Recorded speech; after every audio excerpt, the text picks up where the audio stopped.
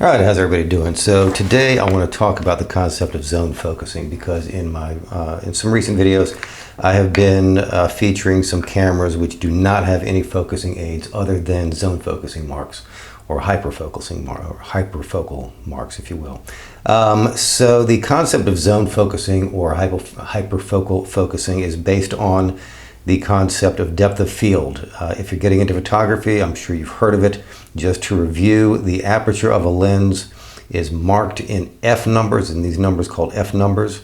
The numbers are standardized, and they run from 1.4 to 1.42, 2.84, 5.6, 8, 11, 16, and on to 22 and 32, basically in multiples of 1.4 for reasons that I can't recall. But at any rate, the larger the opening of the lens, the smaller the number. So at f1.4, you can see that this lens is wide open. As I close down the aperture, the opening gets smaller, but the f number, the corresponding f number, gets larger. So the larger number, f16, largest number on this lens, provides the smallest opening. Okay, so there's an inverse relationship between the number and the size of the opening. And the depth of field provided by any lens is greater as you stop down. So at 1.4, I'm going to have a very narrow slice of space within which the lens will be in focus, whereas as I stop down, that zone of focus will increase. So the concept of zone focusing or hyperfocal focusing works best at what are called intermediate apertures. The apertures on the wide end, 1.4, 2, 2.8, those are generally regarded as fairly wide apertures. Then you get into 4, 5, 6, 8, depending upon the lens, maybe even 11 would be an intermediate aperture, and then the narrow apertures on this lens would be 11 and 16. So generally speaking, the concept of hyperfocal focusing works best at, say, 5, 6, 8, 11. So, I don't like to close my lenses down all the way in order to avoid diffraction. Diffraction is an optical fault which occurs, or which tends to occur, at the narrowest f-stop, or as you get to the narrow end of the f-stop range. So I want to demonstrate. Not on this lens here, I could, but. So here's one of the cameras that I've been featuring lately. This is a Voigtlander Vito CL, and it has a 50mm f2.8 lens. And as you can see, marked around the lens, we have the hyperfocal marks, or the hyperfocal indications, or the zone focusing indicators. So here's how it works. On this particular camera, I change the aperture by gripping these two handles and rotating thusly. And the aperture range on this lens is an open end or a wide end of f2.8, and the narrowest end is f22. So let's say that I want to engage in zone focusing. I want to get it down to f11 or f8 would be where I would probably prefer to focus this lens. Again, I try to avoid the narrowest aperture to avoid diffraction. Of course, that's your own personal choice. So f11. Let's just take f11 as a demonstrator. So now, the two concepts are zone focusing and hyperfocal focusing that I want to talk about, and they're related, but not exactly. So you see here. Let's see here. Get my pointer. You see here this triangle which points and indicates the infinity focus mark. So there's your focus indicator right there. And you can see that right now this lens is focused to infinity. There's your infinity mark, there's your focus indicator, or your focus index mark. So the concept of hyperfocal focusing, essentially, you conceptually move your focus indicator mark this way depending upon lens aperture. So for example, if I've got the lens set to f11, I can now look for f11, which is here, and you see there's a dot over f11, and that dot functions as a focus index mark for hyperfocal purposes. if I rotate my lens or my focusing ring such that the infinity symbol is now perfectly aligned with the f11, okay, I've now set the lens to hyperfocal f11. And what does that mean? It means that as the zone of focus increases, the lens will give me a sharp image, or should give me a sharp image at infinity, assuming the people who designed and marked the lens have done their jobs properly. And with regard to that, you simply have to just try out your camera and get some experience with it. It's part of the personality of your camera. But the intention of the markings is this: that above the f11 there's a dot. That dot functions as a focus indicator mark, or focus index mark for hyperfocal purposes. I set my infinity over the dot. Now I look to the other side. On the opposite side of the default focus indicator mark is another set of F numbers. Again, I've got 2, 8, I've got a dot indicating 4, 5, 6, 8, 11. So here's the 11. That dot at 11 appears right between 2 and 2.5, say maybe 2.1 or so. Let's call that 2.1 right there. So that means that, according to the markings on this lens, everything from at f11, at hyperfocal f11, everything from 2.1 meters to infinity should be in focus. That is my zone of focus, my hyperfocal zone of focus for f11, 2.1 meters to infinity on this particular camera, or this particular lens. Well, it's a fixed lens camera. So let's switch that to f8. Okay, let's say I don't have enough light to shoot at f11. I got to open it up to f8. So now I'm going to be out of focus. Well, for infinity, I won't be out of focus. For infinity, I'm fine.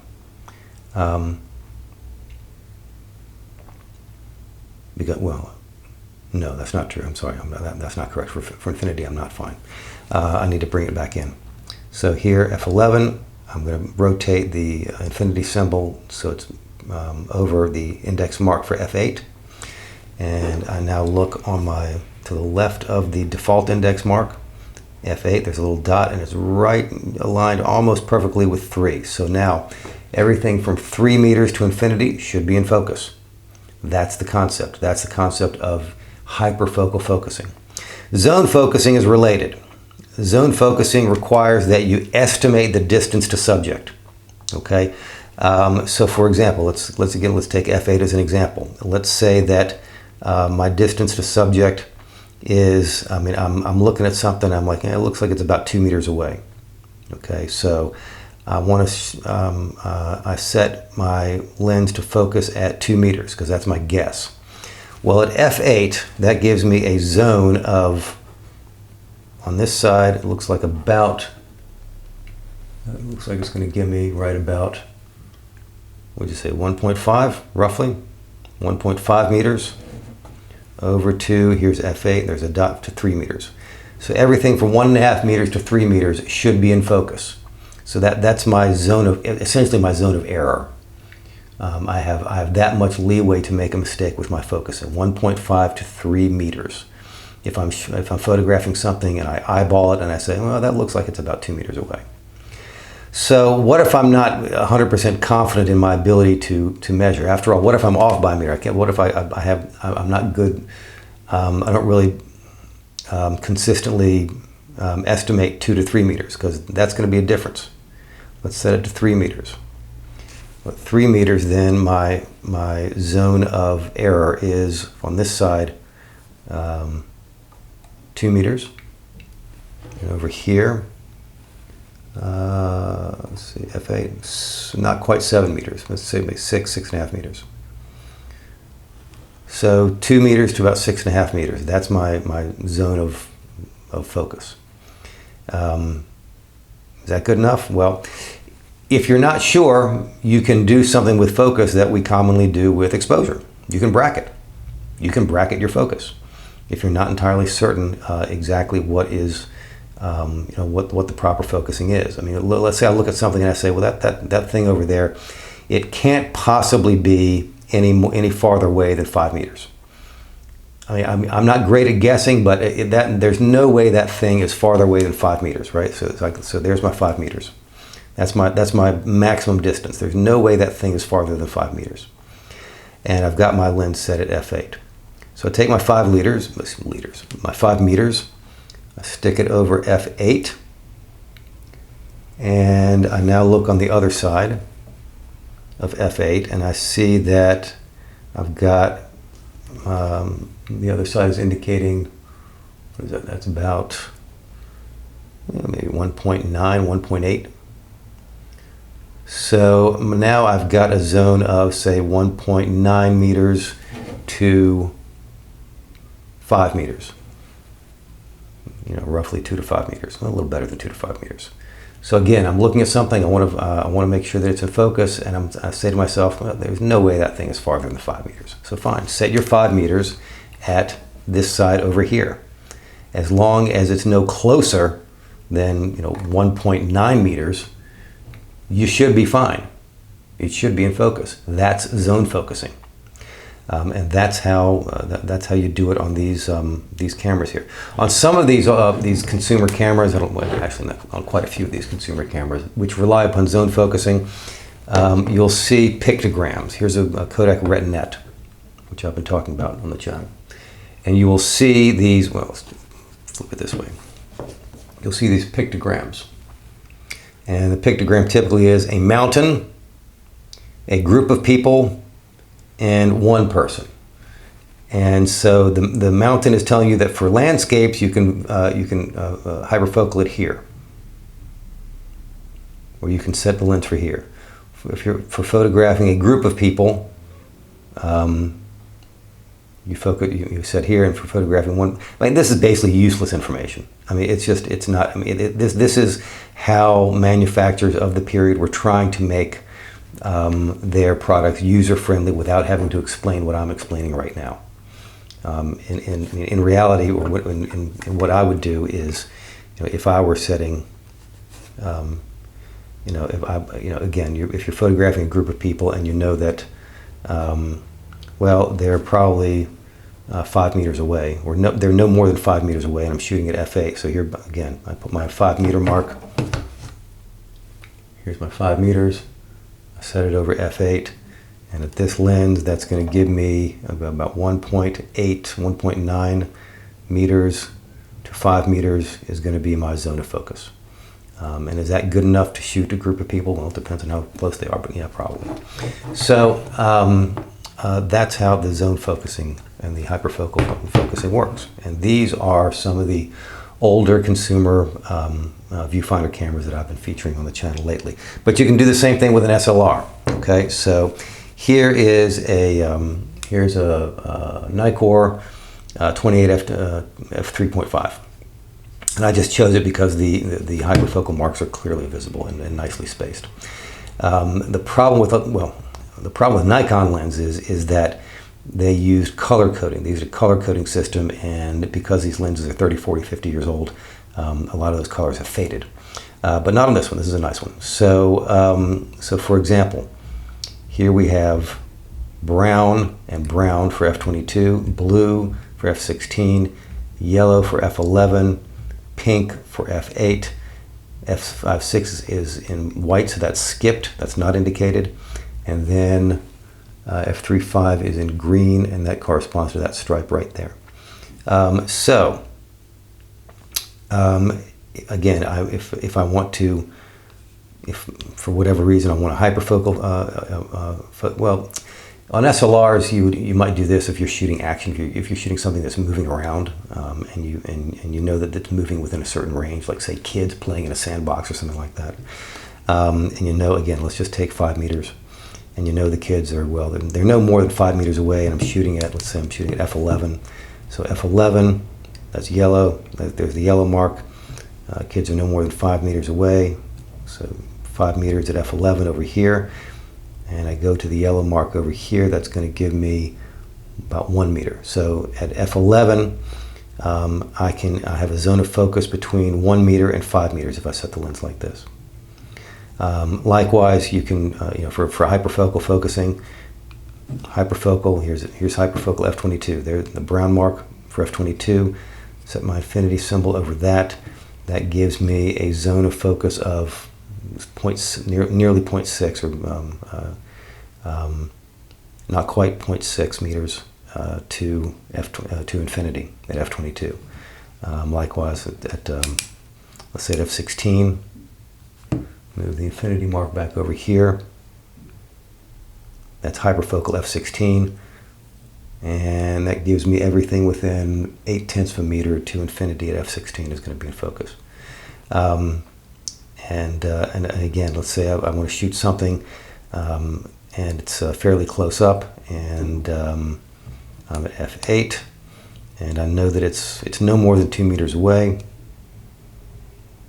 So now I've got everything between just under a meter, just between say 1 to 2 meters at f8, right here. Everything between 1 to 2. So as long as the thing I'm shooting is between 1 to 2 meters away, it should be in focus. Again, at least that's how the lens is marked. On the 50mm f1.4, again, you see and hear the hyperfocal marks right here. I just call them hyperfocal marks. Some people call them, depth of field indicators. I just call them hyperfocal marks. But you use the same concept.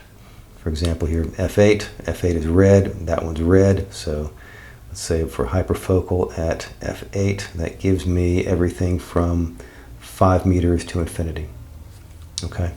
And that's how zone focusing or hyperfocal focusing works. And as I've been featuring a lot of these cameras here, these viewfinder cameras, they're called viewfinder cameras because they have viewfinders, but they don't have rangefinders or reflex mirrors or any other form of focusing aid other than the zone focusing or hyperfocal focusing marks on the exterior of the lens. So you really need to know how to do that. And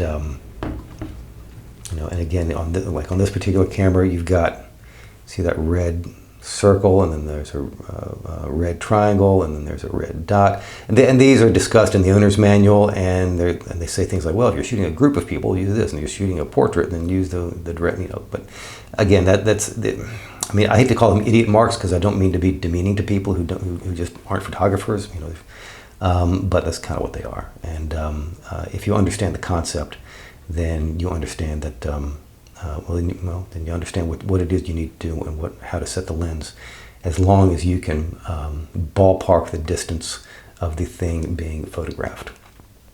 It's going to take some guesswork, and you won't always get it right. And the manufacturer may have overstated or understated the zone of focus, and you just need to get to know your camera. And that's all. And that's about all I can tell you about that. It's not a perfect system, but it's pretty darn good. And those are the basics. All right, I hope this was useful and informative, and if so, please do like and subscribe and check out the links down below. Take care. See you next time. Bye-bye.